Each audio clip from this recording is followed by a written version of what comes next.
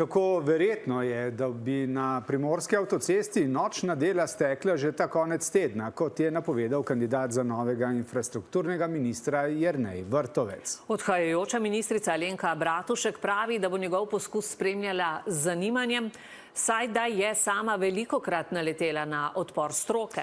Prometni strokovnjak Andrej Brglez pa pravi, da je delo ponoči mogoče. Tako delajo tudi v tujini. Rebeka Tomadus. Včerajšnja napoved pospešitve del na primorski avtocesti.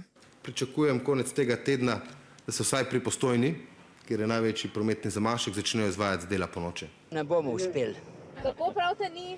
Ljudi da delajo, že zdaj jamrejo, da nema kdo delati. Zdaj, če me vprašate, a bojo že ta petek delali po noči, 100% ne. Posebna gradbena dela izvajajo tudi posebna gradbena podjetja in s temi ima Dars neke dogovore. In tukaj, mislim, ugibam, bo pa zdaj Dars od njih zahteval ali pa jih bo začel stiskati, ali se lahko spremenijo ti pogoji dela in začnejo delati tudi po noči. To bo velik izziv, meni ministrica v odhajanju. Mislim, da bolj kot denar je v tem primeru problem delovna sila pri gradbincih, tako da bom zdaj z zanimanjem spremljala, kako jih bodo zdaj lahko zagotovili, ker to, da jih na enem gradbišču zdaj vzamejo, zato da bojo na drugem delali po noči, v bistvu niso naredili nič. Kar je, spomnimo, prejšnji mesec izpostavil tudi prvi mož Darsa.